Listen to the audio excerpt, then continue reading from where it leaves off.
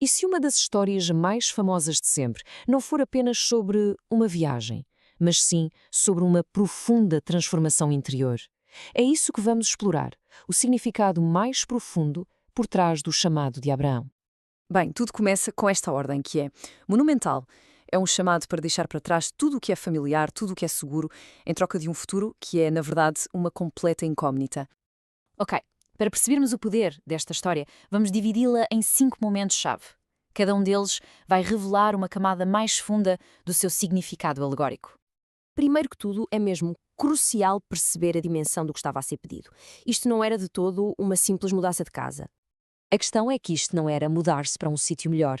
Era um chamado para abandonar um centro de civilização super sofisticado, como era Ur na altura, para ir para uma terra distante e aparentemente vazia de tudo. Era mesmo trocar o certo pelo completamente imprevisível. Então, que tipo de convicção é que seria precisa para dar um passo tão radical?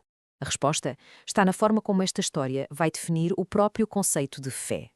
A fé de que se fala aqui, chamada emuná no original, não é só otimismo, não é pensamento positivo. É descrita como uma confiança profunda numa promessa, uma certeza espiritual que vai muito além daquilo que se consegue ver ou provar fisicamente. E o que este slide nos mostra de uma forma fascinante é a evolução do próprio Abrão. A jornada dele transforma-o. Ele passa de um defensor rígido da verdade para se tornar um verdadeiro ícone de benevolência e de hospitalidade. Claro que esta transformação não aconteceu de um dia para o outro.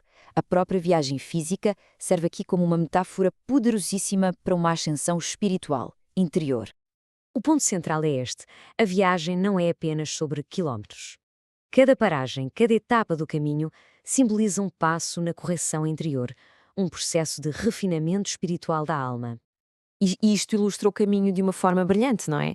Começa-se no mundo escolar, em Ur, depois há uma pausa para a preparação em Harã, a seguir passa-se pelo teste e pelo refinamento nos sistemas do Egito, e só depois é que se está pronto para o verdadeiro destino espiritual.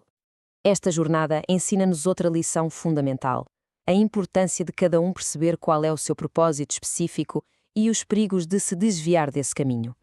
A narrativa dá muito ênfase a isto. Um chamado divino é sempre específico. As fronteiras da missão são claras e são-no precisamente para evitar que a pessoa siga um caminho que, no fundo, não lhe pertence. Esta tabela mostra isso de forma muito clara.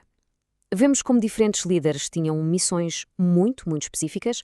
A de Abraão era sobre o legado futuro, a de Moisés era sobre a libertação do povo e a de David era sobre a realeza.